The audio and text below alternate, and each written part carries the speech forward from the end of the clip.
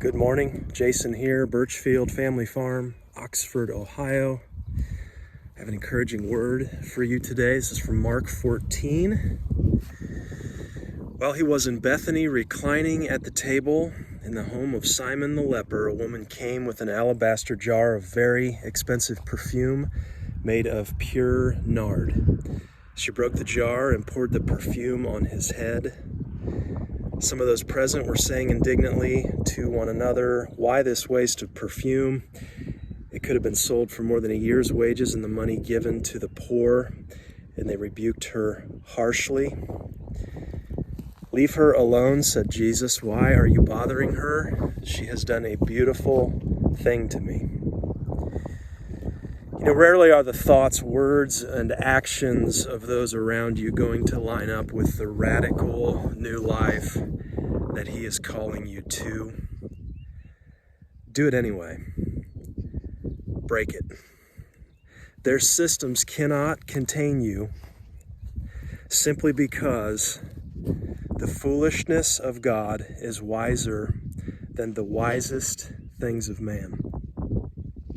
The foolishness of God is wiser than the wisest things of man. As the systems around us continue to break, keep watch for those around you with courage to break on the inside.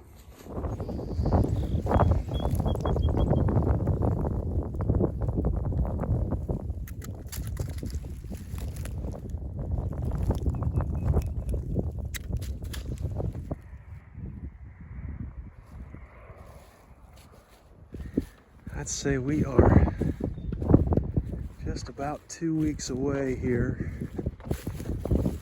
Grass really greening up and taking off. End of syrup season is always an exciting time. It's very, very close to grazing again.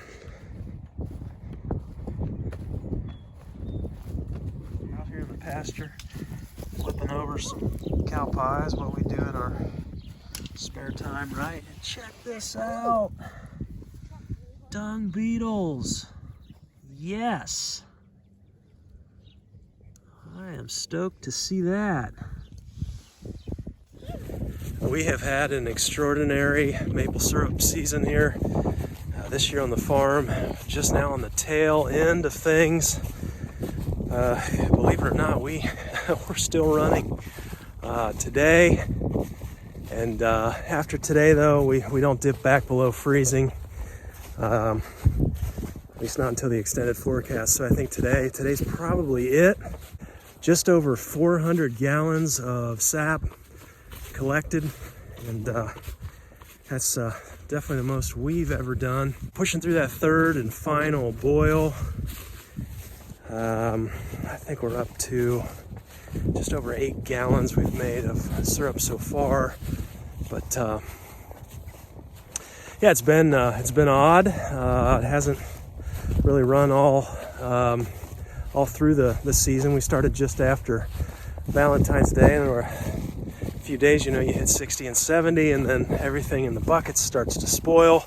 And once you get the freezing temps, and then that next day temps stay low, it's clear again. So you do what you can with what you have out here, but it's been a great season, and we'll get you some totals probably in another video.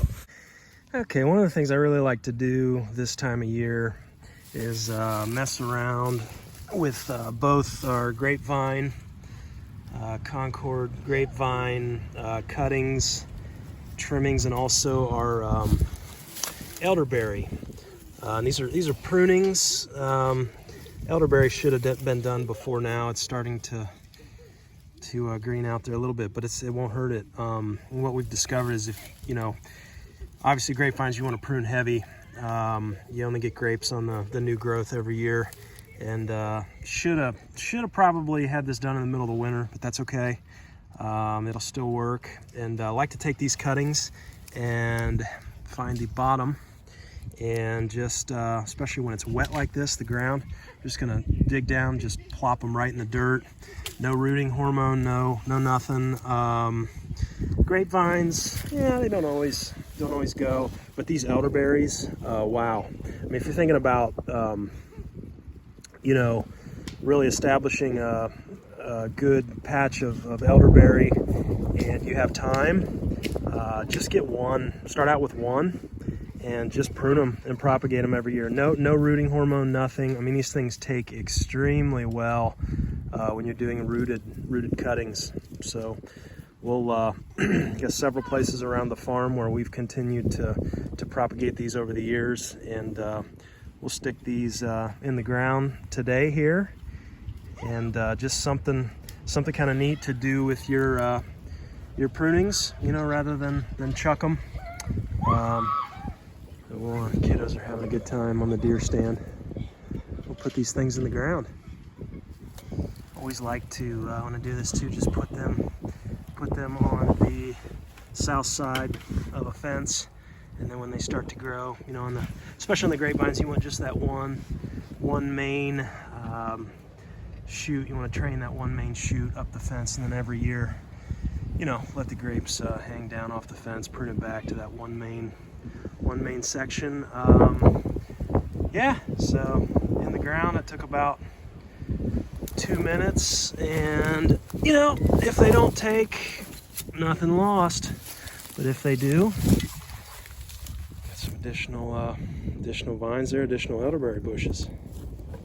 Okay, so March 14th here, and these trees are still running. Still going. Okay, we'll roll with it.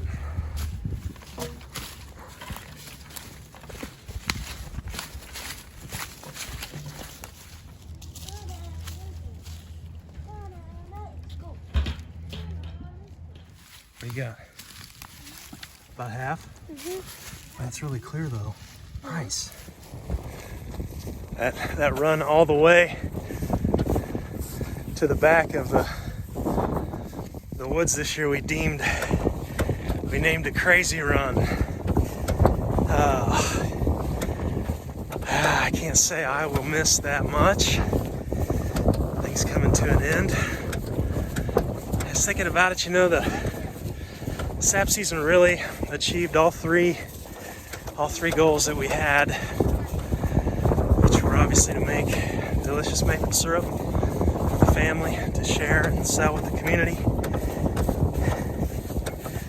to get ourselves in shape, moving again after the winter, get in shape and geared up for the garden and grazing season. And we've gotten a bit of exercise, so that's good. And then you know, some of the byproducts that we'll use to fertilize the pastures, our biochar that we make from the evaporator, the wood burning, and the ash. The ash will raise the pH of our pastures. That's good. Really, those three areas, I think we hit the mark this year. Okay, so another 20 gallons here. Today collected, you can see still really clear. That's good. I'm trying to get this boiled down here. Evaporator is coming up to temp, just over 200. Wait till that hits about 210, and then pull the cover off here and get moving.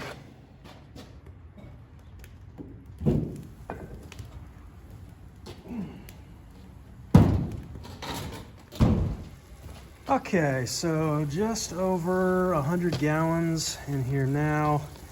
If you've watched our other videos, this size of this evaporator pan is 24 wide, 48 long, about 8 inches tall. So it holds about 40 gallons of material, and just over 100. Once we add these 20 gallons, this will be just over 120 gallons, and you know, that should yield right around 3 3 gallons of syrup at 40 to 1. Should be a little bit better than that though with our sugar maple trees, usually around 35 to 1. So we'll see what we yield here on this third boil.